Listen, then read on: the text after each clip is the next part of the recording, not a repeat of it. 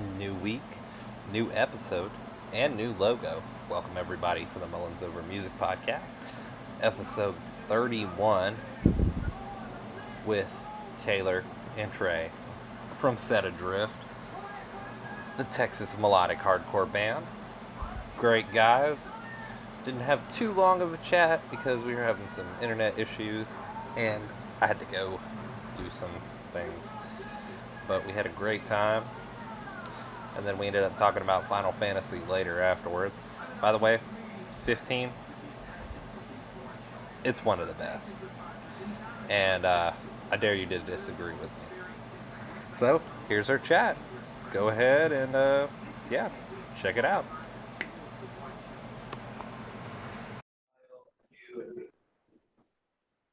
Welcome, everybody, to the Mullins Over Music Podcast. I'm your host, until the robots take over, Austin. And I am here with Adrift, the melodic hardcore band from Texas. I will let them introduce themselves to you so you can put names, faces, and voices if you listen to the audio version. Yeah, put them all together. I'm Taylor. I'm the bass player. And I'm Trey, and I do backup vocals and play guitar. We love to hear people who have the instruments because I think it's best if we just start into it. I gotta ask, what gear are you guys rocking? This is Gear Talk, Great Talk. We're moving it to the front. Yeah. Heck yeah. I play a variety of basses. Right now, I'm playing Thunderbird, an Epiphone Thunderbird bass modded through a direct live rig of an Aguilar tone hammer and various pedals. Okay.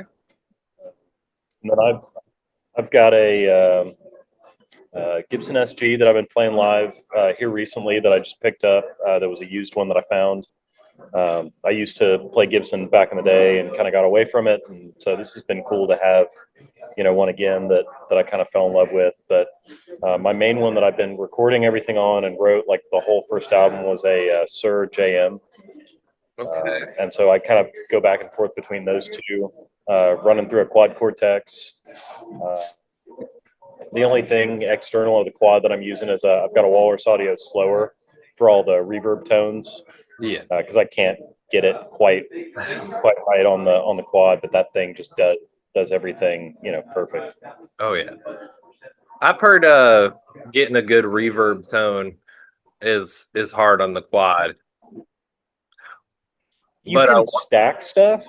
Like I've made some cool ones, but like it takes up a lot of DSP, and it's still not exactly like.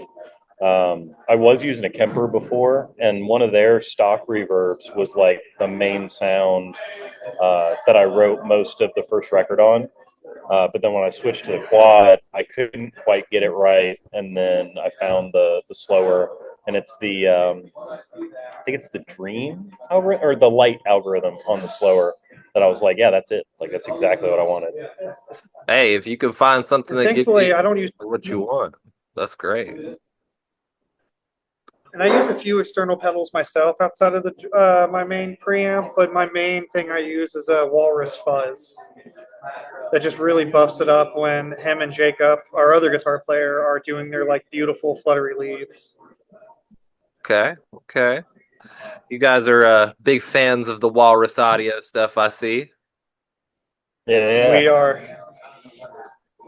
Hey, Walrus Audio, hit them up, hit me up. Let's get a sponsorship going. Yeah. I'm always about asking for sponsorships that I never get. Well, they're good dudes. We're probably only I think 4 hours from where they're out in Oklahoma. Oh, and the shop that we work at sells them. So like they're kind of like quasi local heroes. yeah. I mean, let's be honest. 4 hours is nothing.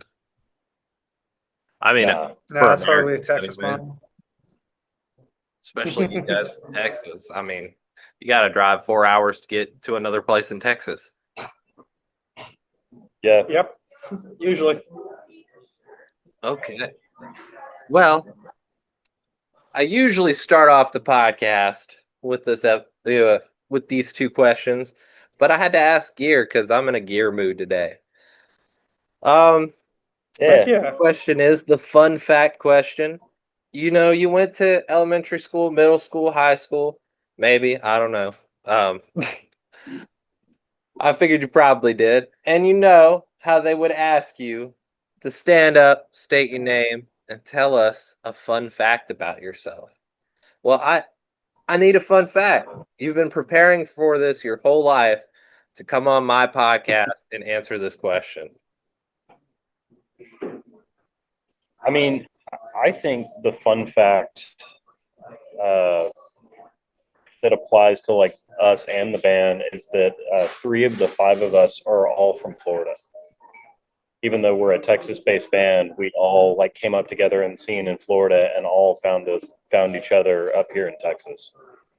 That's funny. That is actually a really interesting and fun fact.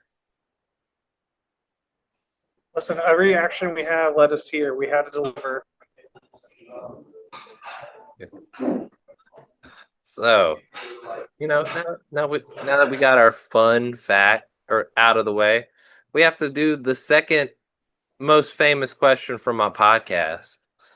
And it's the funny question. Because what's life without laughter?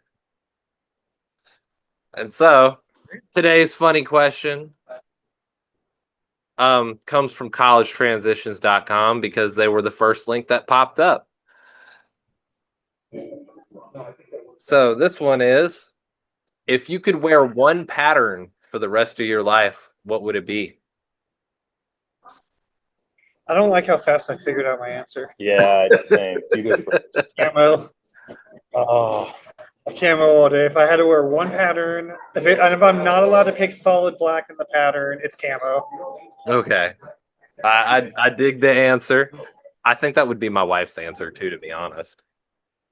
It was just how fast it came. Like, there was not even like a question in it. well, and so now like as a fashion guy too, I want to like, does denim count since it is technically like a thread pattern, or are we talking like an actual like visual pattern? I would accept denim. I mean, I don't know if anybody else would, but I would accept it. Well, you're all that matters, so. Exactly. We're here to impress you. Yeah. Oh, thank you. I'm flattered. If denim doesn't count, then I'll say houndstooth. Okay. Houndstooth was the second answer, but camo was the knee jerk. Yeah. That's funny how fast that came up. Yeah. I respect it though. It's a respectable answer. Okay. Well, now that we got those fun questions out of the way, I mean, we gotta ask the big question. We gotta take you back to young, maybe even child, maybe even baby. It depends on how far you want to go back of you guys and your origin story of how you got into music all the way up to today. Well, as close to today as possible. Maybe not like a play-by-play.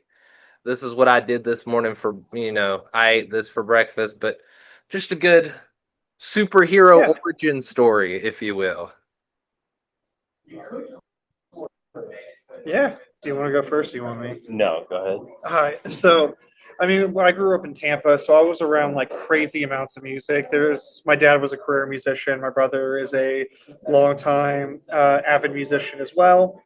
And I was raised in blues, rock, country, but being from Tampa, death metal was everywhere. So I remember very early on started playing drums actually with some of my friends, and that led to me picking up guitar, learning bass to be a better drummer. Then I realized everyone needs a bass player, and I really like bass because it was the combination of both guitar and drums. And started playing for metal bands. That led to one gig that was really awesome. That led to some others. It's actually how I met him, was playing in one of my first bands. And then I just think through like weird, without giving the play-by-play, like projects failed, left projects for differences, ended up working with him. That project ended up like doing some stuff, but then splitting up, and then moved here to join what essentially became Set Adrift. And we've been working on it, man. It feels weird to admit this publicly because we admit it to everyone else. So we've been working on this for years before the first songs even came out.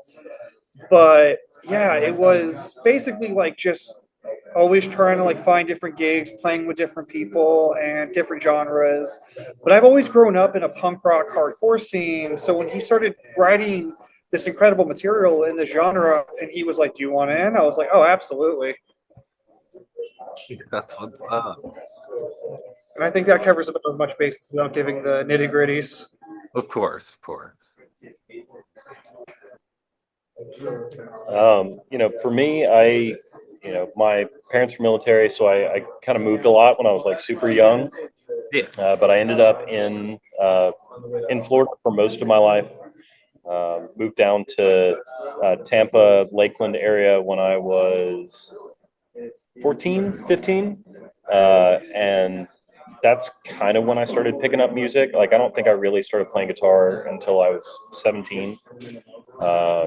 And I kind of always like wanted to start a band, but just didn't I didn't have the friends because we moved around all the time, or didn't really have the opportunity to really pursue it. So it was like 16, 17 was when I started driving, and I could like take myself to guitar club and hang out with my friends, play guitar and do stuff like that. So that's kind of where I got started, and always wanted to write music that was like what I listened to, coming up in that era of indie and rock. So it was like the Killers and Breaking Benjamin and all this kind of stuff that was just popular at the time. And I was like, it's all guitar driven. Like, I want to do that, so I want to play guitar so I can write music like that. And didn't really have anything specific that I was trying to do until it was the summer after my senior year, and I went and saw a couple of metal bands, and I was like, yeah, that's it. Like, that's what I want to do. And I'd always listened to it, but that kind of solidified like where I wanted to go with it. Started my first band at 18 when I was in college. We played with his band a lot. And so when we lost our bass player, he was the obvious, kind of choice to come over. So he and I have known each other For since 16 years now. Yeah, like 16 long, years. long time. And that, and like you said, it was just a lot of like, trying to make different things work. I moved up here to Texas in 2015. We just got off a big tour, and I kind of realized like, I'm not really feeling, this thing with this group. And I'd wanted to move to Texas for a long time, and just kind of did it, like transferred with my job and made it happen. And when I got up here, I started writing the music that would eventually become Set Adrift. I did a band for a short time called The Great Line that was with one of the first guys that I met up here. We did that for like the first year or two. I joined, couldn't really get anything off the ground with it though, so I started filling in for another band called Light the Fire. And I've been with them literally since 2017. But the whole time I was doing stuff with them, I was writing for Set Adrift. And 2019, I think, is when We started really putting. Yeah, we found like actual people that wanted to do it and started putting it together. And so our first singles came out in February of 2023. Yep. Because literally as soon as we started going, the pandemic hit. And we kind of just it imploded again, but we held on to it, and we kind of kept nursing things behind the scenes and kind of keeping it going. And so that was kind of the first step out into the light with everything. And then about a year later, our first vocalist quit because he got a big boy job, started making real money. And we replaced him with our friend Josh, who was the other guy in Florida.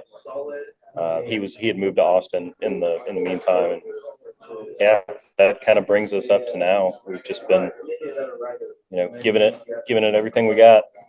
That's right. I dig it.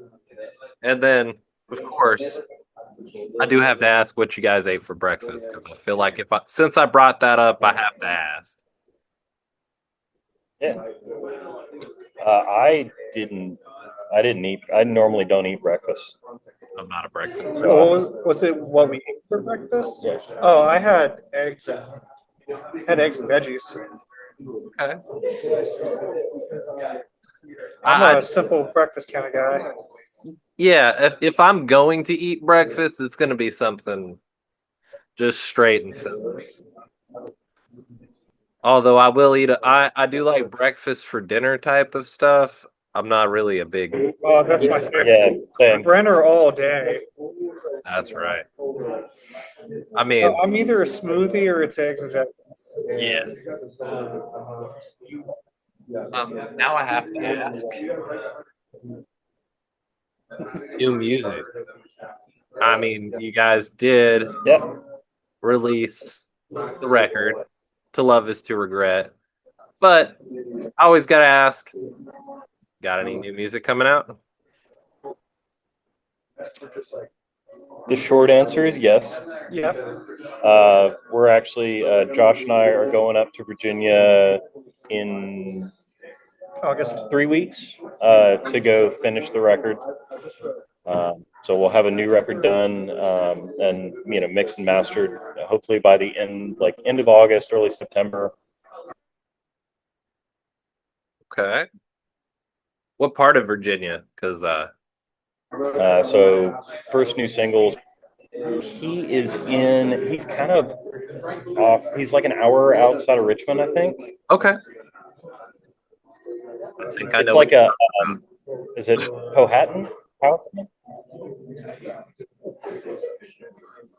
But yeah, he's got just a bunch of land out there, and he built a studio in his backyard. And our buddy Dave, who's done all the production and recording for us, normally comes to us, and he did for all of the drums and guitars and bass and everything. But for vocals, he just finished building the studio, so we're going to go up there to him and just spend a week and kind of, since vocals are usually the most important part, actually just like kind of immerse in it and do the whole. We're just here to, cut vocals and have a good time and be kind of like immersed in the moment. Heck yeah. All the magic y'all are going to play is going to be insane. Hey, sometimes you just got to have that environment. Yeah, there's also going to be a lot of magic. Yeah. Yeah. So, what goes into creating a set Adrift song? Like, how do you go about writing? What's the process? You can go into as much detail or as little detail as you want. Oh man, how much sadness can you spare is basically the question. It's like when you collect rainwater in a barrel. It's just like, how much emotional turmoil can I put into a barrel before we start writing? And we don't discriminate. It could be trauma, it could be turmoil, it could be challenges, tribulations. We want all the emotions. Oh yeah. But I mean, basically, like I usually have kind of the two things simultaneously happening, where I've got lyric ideas that I'll get, and then I also have musical ideas, and then I kind of try and match the two together. So if I've got 5 or 6 songs and I've got 6 or 7 lyrics written, then I'll just kind of pick and choose like what are the right fits to match the emotion. Yeah. Sometimes I will start a song just based on a concept and start writing the music based on the feeling, and then get the lyrics. But a lot of times the music kind of fully forms, and it's almost like I'm playing, match the correct emotion with the song from a lyrical standpoint. Because the music kind of, for me, the music kind of writes itself. Like once I get an idea and I start going, like it just kind of happens, and I'm just along for the ride, and the creative process is what it is. But lyrics, I'm a little more intentional about, and probably spend more time nitpicking and going back and forth on. But the ones that I really like, the good ones that I think are the ones that stick and make it on the record, are usually the ones that kind of start fully formed conceptually around the same time with lyrics and music. Not that I don't like the songs that I write the other way, but the ones that I end up usually being the happiest with are the ones that kind of just pop into my brain fully formed, and I'm really just trying to collect them and get them out.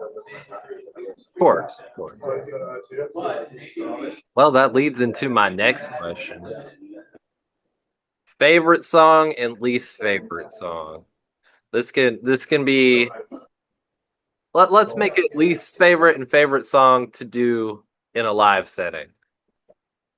In a live setting, Yeah. I feel like I'm gonna make enemies of mine, but Yeah. Oh man. My least favorite to play live is Love. We wrote it more as an album track, and although I do still like it. I mean, there's a caveat to this that I do enjoy playing everything Yeah, of course. that we've done, and that was kind of an intentional thing. Like I didn't ever want to like write something that I wasn't going to enjoy playing, but Love just has the most. It's the most stripped down, but it also requires the most like full attention to make sure that we're all like locked in and like everything has to go perfect with that song, or it kind of falls apart because it's so minimalistic. So I wouldn't even say it's the least. It's the one I have to pay the most attention to. I think the most fun that I have of any of them is Absence. That one always comes on. When we start playing that one, I'm like, yeah. What about you? I'm gonna start by saying there's not a song I dislike, but they're like my least favorite to play live is Regret. Okay. I don't know. It's just, and I can't explain why. It's just the one I look forward to the least. But everyone loves it. It's our most played song. People really get down to it, and oftentimes, if I ever post on Instagram, like tell me your favorite song, that always ends up being a very common answer. If I had to pick my favorite, it has to be either Rot or Monument. But if I'm picking one, I'm going Rot. Okay. It's just funny always seeing, like, especially with the big chant of "Let Them Rot." It's really funny how always different the person who shouts it into the mic is. So it has been, and it's a friend favorite as well. Yeah. So it's always like, to me, it's camaraderie. It's just a lot of fun. It has really easy riffs, but I get to go a little bit buck wild on bass a couple of times. So ultimately, I think is my confident answer. Okay. I like those answers. You know, a lot of people, and I got to say, my favorite question is the least favorite because nobody ever expects the artist to pick the songs that are like their least favorite to play. You're like, oh, I would have never guessed that was your least favorite to play. It's always so interesting. And then it's always interesting to hear the favorite to play. Usually it's the easy one that you can just absolutely go hammer, on. Yeah. Now, thankfully, all of the songs I can go kind of buck wild on. Yeah, of course. I mean, Mr. Camo over there with the buck wild.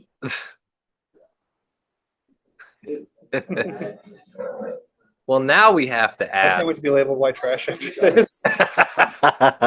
Yeah. Now I have to ask, what are your top 3 influences to your playing?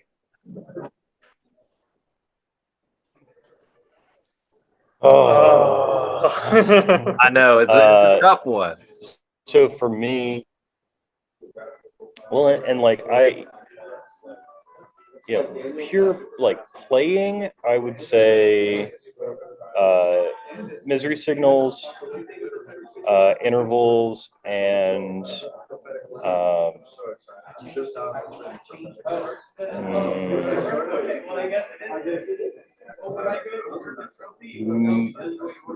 see, it's funny too because like I'm influenced by a lot of bands, but I don't necessarily play it like them. That's like it's more like I like this idea, I'll do my own version of it and stuff. So like the easy answer would be like Beings in Ocean. but I don't really actually play like Michael or Tyler. Like, Yeah. they have kind of a unique style that is super cool and super post rock influence, but a lot of my ambient influence is actually more like ambient black metal stuff, like Alcest, and it's I play more like that, but I'm trying to translate it more like a Beings and Ocean kind of thing. Okay. So I would say those are probably my main three as far as like my actual technical playing and like the chords that I choose and how I kind of structure things. Yeah, that makes total What about sense. you? Mine kind of go all over, and I think some people are gonna. What was that? Sorry, I was saying that makes total sense. but like mine, a lot. Yeah. Yeah, I get what he's saying. Mine feel weird because I feel like mine are like kind of all over. But I would say like one bass player is like Justin Chancellor from Tool, where he does a lot of like melodic lines outside of the guitar. Yes. I really try. I didn't realize it till recently when I was like, because I wouldn't. I love Tool before anyone comes for me, but I wouldn't constantly quote them as one of my top favorites. But I realized recently that a lot of how I like sit down and go, how do I want to add something or take something away is how Justin Chancellor does it. And even though I outside of the band play with my fingers more than not, for this band I really had to like adjust my playing with a pick, and Justin Chancellor is how I modeled myself off of. But a lot of bass players from like the hardcore scene, things like that. I couldn't even name how many people I've seen and gone, yeah, that's what I want to do.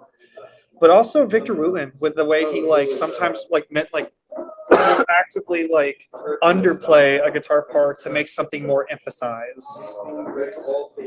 Yeah. So I guess if I had to pick two, I'd pick Justin Chance, the various incredible artists in the hardcore scene, and Victor Wooten are my biggest influences. Very Writing a very- bass something to kind of like give as like an inspiration or something. It's all just a straight funeral attire ripoff. That band's bass lines, I miss that band so much. But their bass lines are so good, and he has such a the bass does so much of the movement and so much of the drive and melodic content. Like, it's such a cool way to compose things. Oh yeah, absolutely. Well, since we're on the topic of other musicians, I have to ask about the guilty pleasure. Your musical guilty pleasure. Now, a lot of people don't like the term, so I like to throw in the fact that I say music that people would not expect you to listen to. So, guilty pleasure. We're about to say, take the rest of the I- time with this question. I mean, most of what I listen to these days is like synth pop, and any band that sounds like they could have been influenced by the 1975. I mean, their 1975 is one of my favorite bands.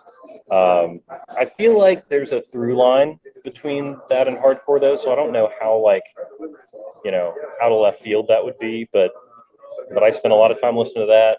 But then I also have like an entire playlist of like Kesha and like early 2000s, like just EDM pop that I love. I mean, I don't know, if I'm listening to music and it's not something that's like super emotional, like I want to just shut my brain off and just enjoy it and just have a good time. And I think that's probably my most out of left field or guilty pleasure, even though I definitely don't feel guilty about it. I'll tell anybody that asks. I'm just like, Same. yeah, Cannibal's awesome. Yeah, incredible album. Yeah. Yeah, most of his answers are the same as mine. I listen to a lot of pop. I listen to a lot of different stuff. But yeah, I generally, and I understand what you mean, like what by guilty pleasure, Yeah. and like the term and people's hatred of it. But I do listen to a lot of like pop. I listen to a lot of synth pop. I really love. I've noticed. Yeah, pretty much a lot of that. And I listen to a lot of funk and R&B outside of that too. So my taste is kind of sporadic. Dig it. Hey, if you don't know the funk band Tower of Power, check Oh them out. yeah. Right. Oh yeah. And then I played in a jazz band, and we played a jazz funk fusion song by a band called Sticky Puppy. I think you guys would like. They're playing a lot. Yeah. Oh yeah, we do. Okay, so you know that. Okay. I appreciate it when other people know about them. So we have to Yeah, ask. like I mean, I don't. Oh, after you. Yeah. No, no. I was just saying, like I was saying, like I didn't really get into playing this kind of music until a little bit later, in my musical, like Fleetwood Mac and Pink Floyd and all that. Like that's all still like in there. And so even though like yeah, like we play this kind of music, like I've never wanted to do things that were super genre specific. I mean, like yeah, like I want somebody to listen to our band and be like, oh yeah, like they're a ambient melodic hardcore band, but not so much so that like I'm gonna pigeonhole like us into a specific thing or like only a specific demographic's gonna enjoy what we do. Like I love it when people are just like, I don't mean this as like a negative, but like I don't like other hardcore, so like this is kind of a cool like gateway thing. And I'm like, yeah, that's what I want. Like I don't want to just appeal to like the purists and the gatekeepers. Like I want everybody to like it. Oh We've yeah. had some pretty interesting interactions because one of the bands we started playing shows with at first was a band called Moonstone in this area, and they're like a pop band. And a lot of their fans immediately started like adhering to what we did and like really were about it and were like coming up to us and being like, "This isn't what I typically listen to, but holy crap, this is like the best show I've ever seen." So I would like to think we try to appeal to a broader group of people. But we've always kind of had the central message of anyone's welcomed if you Yeah. want to be. Like we all get sad. We all have a lot in Yeah. common here. I definitely hear some Midwest emo influences in there. Yeah. Yeah.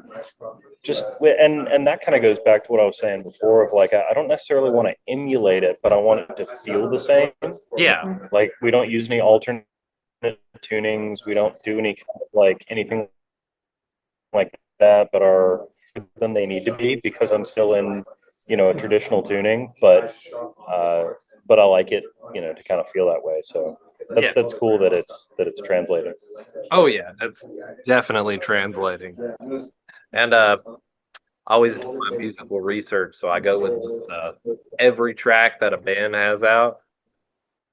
And so you could definitely tell where your influences are while not specifically being one or the other thing. You are definitely having the influence of everything you listen to, and it makes so much sense talking to you guys now. Yeah. Thank you. Now I have to ask, new shows, any events coming up that you're playing that you can share. I don't like to, Yeah. tell people they have to share everything, but whatever you want to share, I'd like to hear No, I don't think you understand how much I want to talk about the next show. Yeah. Go ahead. We're playing Wichita Falls at Wienerfest in August. It is a cowboy themed show, so I am going to dress a fool on stage. it. Yes. And then we have some other things in the works, but nothing like 100% confirmed. We've been trying to survive recording a new album that we're like, oh, we all have like one combined brain cell, so we have to kind of take it one thing at a time occasionally. Yeah, so we'll go the festival in Wichita Falls and then come back and Josh and I leave for Virginia. So it's like a bam bam bam kind of thing, and then we've got a I don't want to talk super specifics because it isn't not all of the venues have confirmed yet, but we are doing a short little run in September with Okay. friend of ours band from Houston. So we're doing just kind of like a South Texas, swing through, which like we were talking about earlier, is still a pretty big haul. Oh yeah. We were originally trying to get out west, and we were like doing the math on like how long it was going to take to get places and time off with everybody. And we're like, golly, just to get out of Texas would be, it'd take us 2 days worth of shows to just make it worth it to get to New Mexico and then Arizona. Yeah. So we've got something in the works for next year to go out west. We've got another buddy in a band called Weighed Down out of Nashville that we're gonna get out, kind of like a south East Coast thing next year. So probably definitely more getting out and about around the country next year. But we've got the one to kind of finish off all the major cities in Texas in September. And then, maybe one or two more shows before the end of the year. But I'm sure, the industry kind of shuts down after Thanksgiving. So we'll probably take a little bit of a rest, maybe, pop on a Christmas show or something just for kicks and just kind of get through the rest of the year and get the new album going.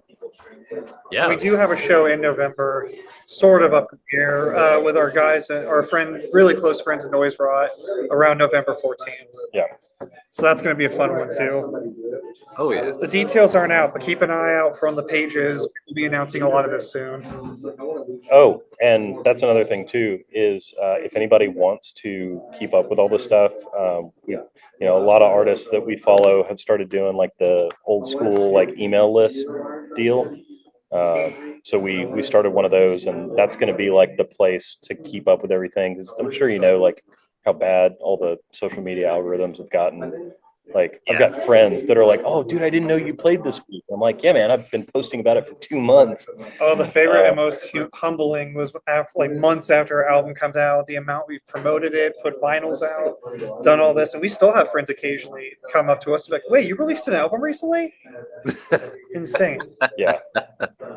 So that'll be the way to kind of keep up with everything going forward. Well, you Do definitely like inspired merch drops me. and show announcements on that. Yeah, of course. Sign up for their email chain, guys, and then sign up for mine whenever I make one. Yeah. Let me know That is if a you need great help. I've idea. gotten really good at it.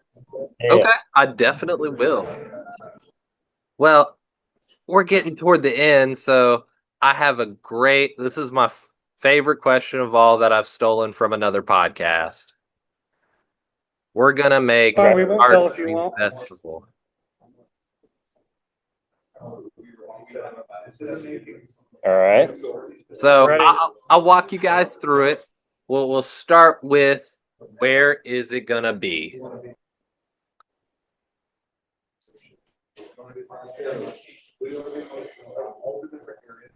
And I know that one's probably the toughest question of the overarching dream. Indianapolis. Okay, I like it. That is not one I get very often, so that's actually a really good one. It's just slightly inconvenient for everyone, so there's an equal playing field. Yeah. I like that. Great way to think of it, because most people are like, You gotta want to be there. Yeah, you gotta want it. most people like the convenient ones, but inconvenience, it'll mean more We when will have those. now I have to ask. Where are the artists, including you? Where are you going to be staying?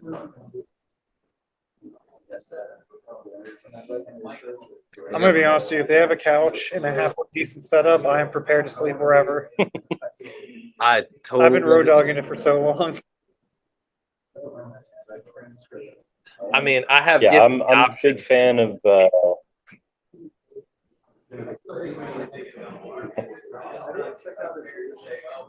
Yeah, big fan of sleeping in the van, and until until our 30s catch up to I was us. about to say, yeah, until it hurts too much. Oh yeah, dude. I feel like I You sometimes sound like better jokes, but in a vehicle. There is nothing like the sleep that I get from sleeping in a bunk on a bus. yeah. Yes. It's unreal. I guess it's that movement. Yeah. Something about the engines and being on the road. The amount of times I've woken up and like looking out as the city's going past me is a feeling that's just really hard to describe to someone who's never gone through it. Yeah, absolutely. Well, now we have to move on to the next question. This is the most important: the catering. What are we having for our dream festival to eat? Oh, there's so many answers. If there's one thing that we're more passionate about than music, it's food in this band. Cookout, Yeah. Chipotle. Not a real loser in this. Yeah. If we could have like a fleet of food trucks from Cookout in like North Carolina, that would be ideal. Like I want to get a hamburger with a hot dog as my side, like, and a corn dog for an extra 40 cents. Like that's what I'm trying to get. Yeah, I want to eat like my 10-year-old just getting wish he wanted. Like just my 10-year-old self making the menu. That sounds like Cookout to me. And I had Cookout last week, so I'm very, Oh yeah. it's good. We are envious. Yeah. Oh yeah, I have one 30 minutes away. So we're coming to visit is what I'm Yeah. hearing. Oh yeah, come visit anytime you want. I got a room. You say that now, but we're gonna crash in your house for some cookout. Dude.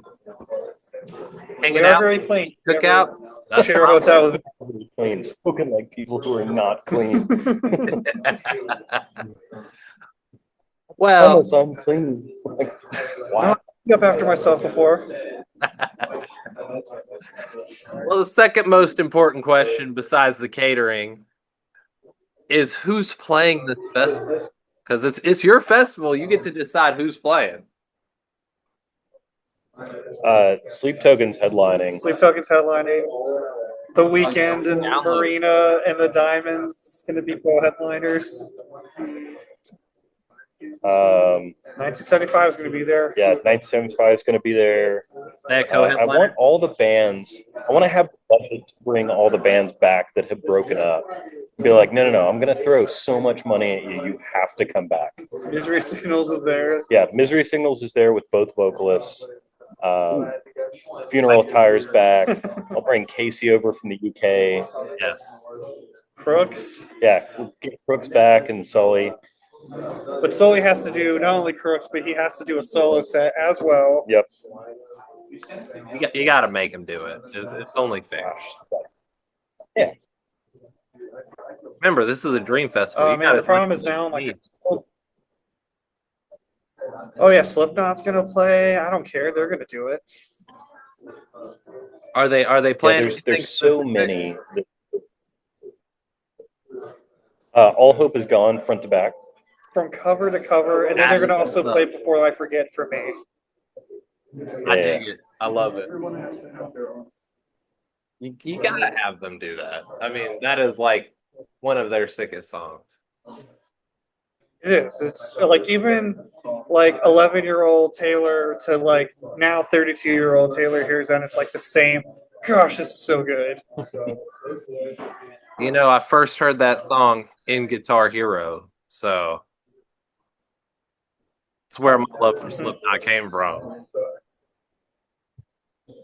I remember hearing that song driving home with my dad one night, and it was like the 98 Rock Headbangers Ball. Yeah. And I just heard that intro riff, and I legitimately remember like the song ending, and my dad being like, "Oh, that was really cool." And I just remember being like, "Yeah, that's who I am now." I want to have Justin Vernon, but he can't play any Bon Iver songs. He can only do Volcano Choir. Okay, that's fair. Incredible. And I love Bon Iver, but but that would be fun for me. And if it's a dream festival, I'm just like getting all of my favorite artists to do the specific things that they would never do. Kesha's going to play the pre-party to it. Okay, Yeah. that's an interesting way. And I don't discriminate. She can pick the set list she wants. I will be happy with the results. I dig it. I mean, she is not Kesha Dollar Sign anymore. She's just Kesha. Right. However she wants. Again, she gets full reign to launch the festival pre-party. I think we need to get her to do And like it's just a Lady Gaga thing where she plays a song with Metallica. Yeah. Mm-hmm. Lady Gaga would be good too. Lady Gaga would be a good one. Yeah. That new album is incredible. So good. I have not listened to it yet, but I will now.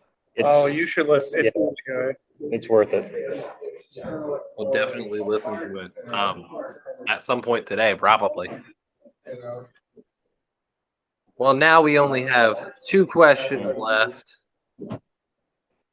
Plugs and shout. All right. I guess they're not really questions. You have any plugs and shout outs you'd like to do? Oh man, we got a community behind us. Yeah, Damn all out. that's been really cool about this band is we have so many people that have come through for us. Dave Alcan recordings. He's on our Instagram and everything. If anybody needs anything in production, he's the dude. Alex All Access, our buddy that has done all of our like media stuff. She's killing it. I can never recommend her too highly, and she does. Ray, who started it with us with our first promos and gave us our first professional imagery. And she does a lot of photography and booking stuff like nationally too. Like I know she works with Anthony Green a lot and stuff, but yeah, super nice and super great to work with. And always has a vision. Like if you show up in the worst place with the goofiest, crankiest band members, me, she'll still make you look great and like have a whole plan out. Moonstone for putting us on some of the sickest shows we've ever played. All of them are incredible people who have had our back. Jared Adloff of Mini Bands got us our first show ever, put together an incredible experience for us and has thrown us some ropes in our career. Alex Patrick, who basically gave us we get a lot of compliments on our aesthetic and our the floral like things, and they all came from the same guy who knocked out of the park. Yeah. Just an incredible photographer, graphic designer all around. Definitely got to shout out the other band members. Andrew and Jacob are such a level of talent that's insane that they put up with us, and I love that. Josh is a monster of a frontman. Like his charisma. Like it's people think I'm like being endearing to a friend, but it's insane what he can get a crowd of people to do. I've seen him do a conga line at our show. It is in the music video for Narcissist and Bloom, so I'm not making this up.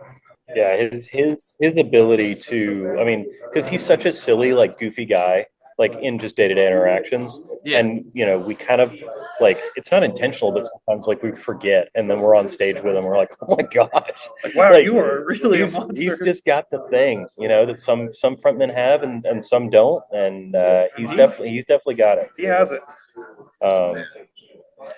A couple of bands that I'm homies with that have been super supportive and deserve everything. Like I said, way down, my buddy Evan out of Nashville. They're like, kind of Kublai Khan, Acacia Strain, just super heavy. And he's been working on that a long time, and they're super sick.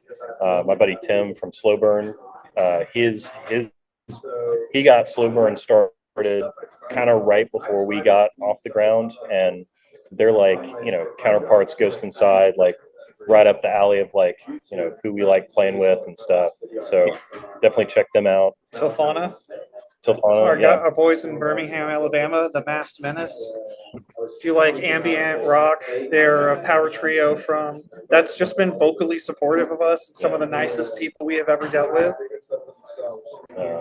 Yeah, there's so many, and I know I'm going to forget people, and somebody's going to like listen to this and be like, "Why didn't you say me?" And I'm like, And just know that there's so literally many. so many answers. To anyone watching, if we didn't name you, just know that we still love you and adore you and appreciate everything you've done for us.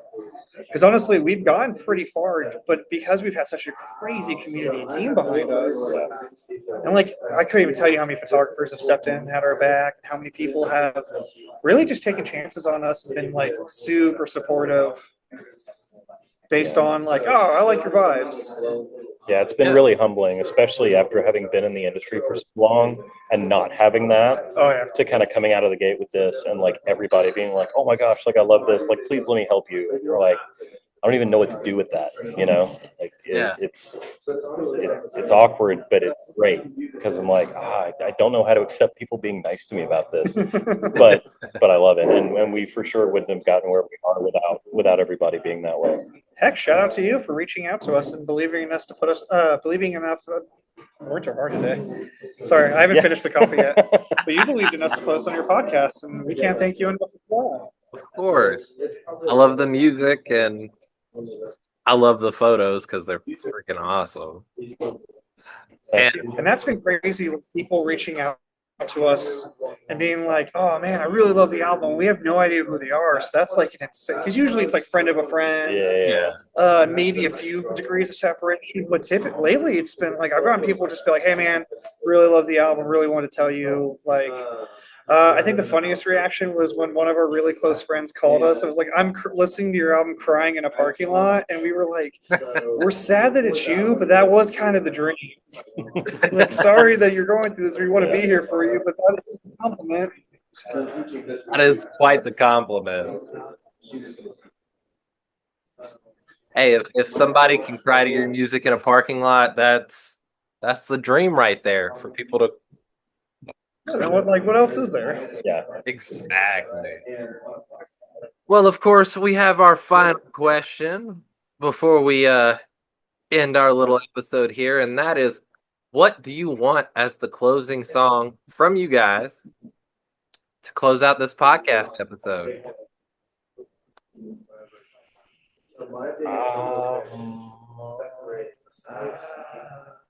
Probably Monument. Yeah. Monument seems to be the good representation. It's always everyone's second or third favorite consistently. So I think that's the one that unites everyone. And it's not gotten quite the love on streaming that I would have hoped, but I like it, and it's a, like you said, it's a good representation of kind of like who we are and all the things within our repertoire that we kind of can do as a band. And we have to close with it because we can't follow it. Like, its energy and the way it ends is so like angry and epic that like we have to end there because it's not going to get better from that. I feel that. Well, thank you guys so much for coming on. It was great chatting with you. Thank you for having me. And We appreciate you taking the shot. of course.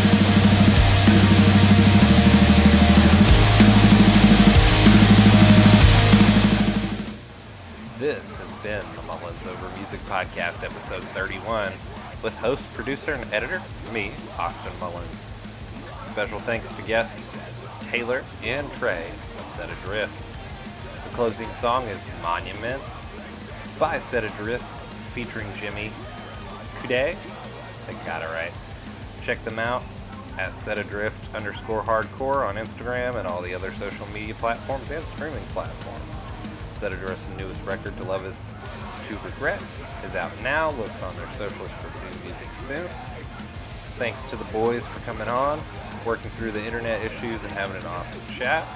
And special thanks to viewers like you. Thank you. Until next time, peace.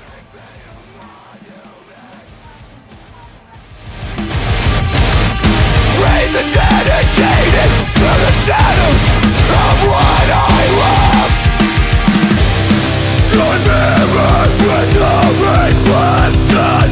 If I die without a light to keep me home, I'm blinded in a language I can't speak. So I will never hear you call me home. this mistake. Make me a monument. Raise the dedicated to the shadows of what I loved.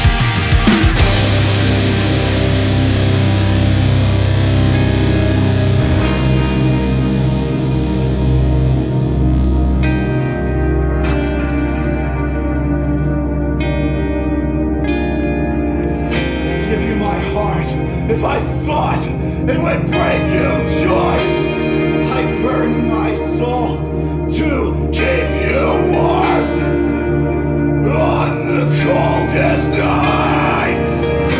Give me the chance to start again, because as instead I'm brought to my knees beneath the weight of all I failed to